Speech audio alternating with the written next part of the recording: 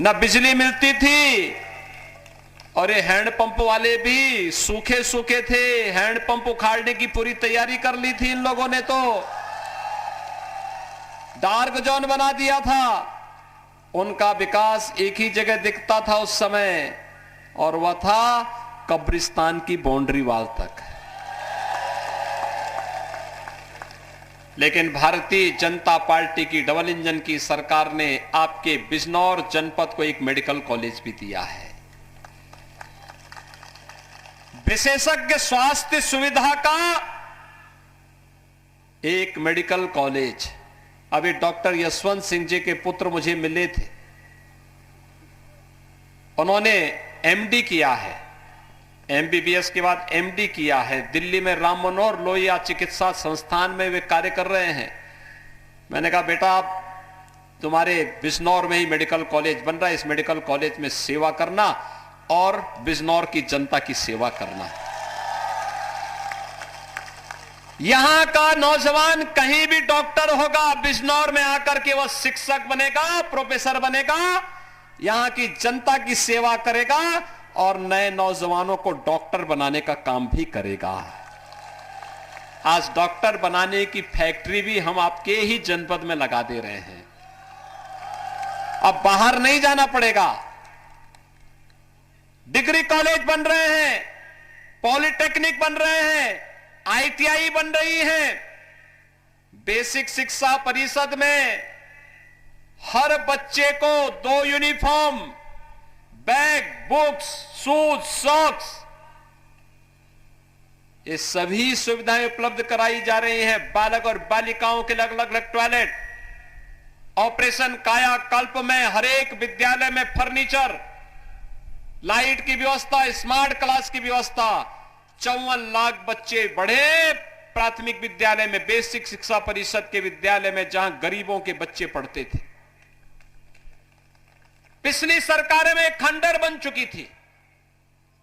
और हमारा विकास अगर देखना है तो 700 से अधिक मंदिर और धामों के पुनरुद्धार का काम किया है हमारी सरकार ने। 700 से अधिक धाम, संत शिरोमणि रविदास जी के मंदिर के पुनरुद्धार का काम भी, और भाइयों बहनों, महर्षि वाल्मीकि के लालापुर के भी पुनरुद्धार और सुंदरीकरण का कार्य भी ये भारतीय जनता पार्टी की डबल इंजन की सरकार ने किया है।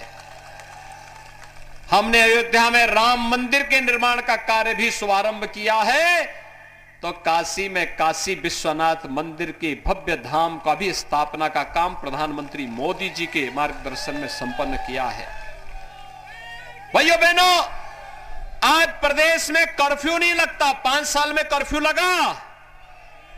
आज कर्फ्यू नहीं, आज तो कावड़ यात्रा निकलती है। क्या निकलती है? कावड़ यात्रा। वे कर्फ्यू लगाते थे, हम कावड़ यात्रा निकाल रहे हैं और हर हर बम बम का नारा लगा करके भगवान शिव की आराधना करते थे।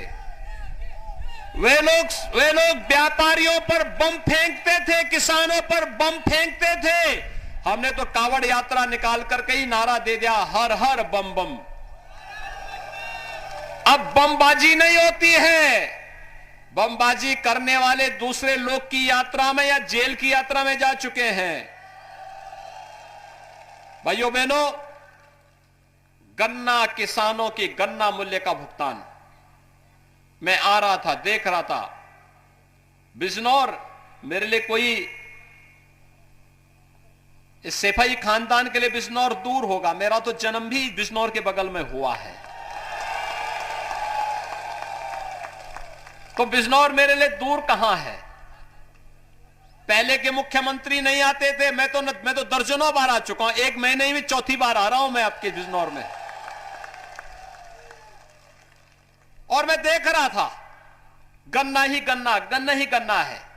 पिछली सरकारें क्या करती थी? इन चीनी मिलों को बंद कर देती थी। चीनी मिलों को बंद करने के बाद यहां पर गन्ना किसान तबाह होता था, वो खेतों में आग लगा देता था। चीनी मिलों को औने पौने दाम पे बेचता था। वर्षों तक गन्ना किसानों का गन्ना मूल्य का भुगतान नहीं हो पाता था। भाइयों बहनों, हमारी सरकार ने पिछले 4.5 वर्ष के दौरान 1,69,000 करोड़ रुपए का गन्ना मूल्य का भुगतान किया है गन्ना किसानों के खाते में। 1,69,000। अगर मैं सपा बसपा दोनों सरकारों के कार्यकाल को जोड़ लूं, इन दोनों सरकारों ने भी इतना गन्ना मूल्य का भुगतान नहीं किया जितना हम लोगों ने किया। उनके समय में चीनी मिलें बेची जाती थी, बंद की जाती थी। हमने चीनी मिलें, कोरोना भी हमारी चीनी मिलों की रफ्तार को नहीं रोक पाया। जब तक गन्ना किसान के खेत में गन्ना होगा तब तक चीनी मिलें चलेंगी। यह हमारी सरकार का संकल्प था, हमने वह करके दिखाया। भाइयों बहनों, सपा की सरकार में कुल 10,000 करोड़ रुपए का गन्ना मूल्य का भुगतान हुआ था बिजनौर जनपद में। हमारी सरकार में 16,290 करोड़ रुपए का अब तक गन्ना मूल्य का भुगतान हो चुका है। किसानों की फसल ऋण माफी का भी कार्यक्रम, लगभग 93,000 किसानों का ऋण माफ हमारी सरकार ने किया था बिजनौर जिले में। और भाइयों बहनों, 3,72,900 से अधिक किसानों को 6,000 रुपए सालाना प्रधानमंत्री किसान सम्मान निधि का देने का काम भी भारतीय जनता पार्टी की डबल इंजन की सरकार आपके बिजनौर जनपद में कर रही है। दिव्यांगजनों को 17,000 से अधिक दिव्यांगजनों को 12,000 रुपए सालाना पेंशन देने का कार्य और 42,500 से अधिक विधवा महिलाओं को भी 12,000 रुपए सालाना पेंशन देने का कार्य हमारी सरकार कर रही है। 53,400 से अधिक वृद्धजनों को अकेले बिजनौर जनपद में पेंशन देने का कार्य हो रहा है और 32 लाख लोगों को बिजनौर जनपद में कोरोना कालखंड में डबल इंजन की सरकार है, महीने में 2 बार फ्री में राशन देने का कार्य भी कर रही है। भाइयों बहनों, पिछली सरकार के समय पूरे प्रदेश में, पूरे उत्तर प्रदेश में कुल 18,000 गरीबों के मकान स्वीकृत हुए थे। कितने? समाजवादी पार्टी की सरकार में 18,000 गरीबों के मकान स्वीकृत हुए थे और भारतीय जनता पार्टी की डबल इंजन की सरकार में कितने हुए?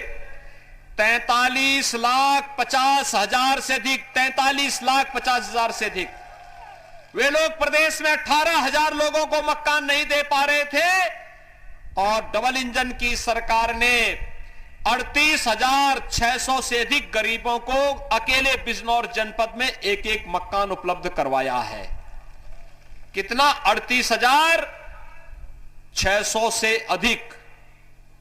भाइयों बहनों, यही है भारतीय जनता पार्टी की सरकार का कार्य।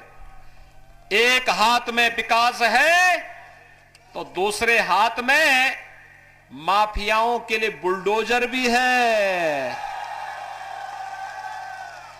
बुलडोजर की ताकत को देखा है ना? बड़े बड़े माफिया जो पहले धमकीबाज थे, आज पश्चिमी उत्तर प्रदेश की जनता उनकी पूरी गर्मी को अपना वोट देकर के शांत कर रही है। और इसलिए भाइयों बहनों, ये दंगावादियों को, ये आपराधिक मानसिकता के माफियावादियों को, ये गरीबों का हक छीनने वाले अपराधियों को, बेटियों की सुरक्षा पर सेंध लगाने वाले सहोदों के खिलाफ एक ही इलाज है और वह है भारतीय जनता पार्टी। एक ही इलाज है, वह है भारतीय जनता पार्टी। भाइयों बहनों, आज बिजली मिल रही कि नहीं मिल रही है? कोरोना कालखंड में फ्री में टेस्ट, फ्री में उपचार, फ्री में वैक्सीन। कितने लोगों ने वैक्सीन ली है? अभिनंदन आपका। प्रदेश में 100% लोगों ने पहली डोज ले ली है और 75% लोगों ने दूसरी डोज भी ले ली है।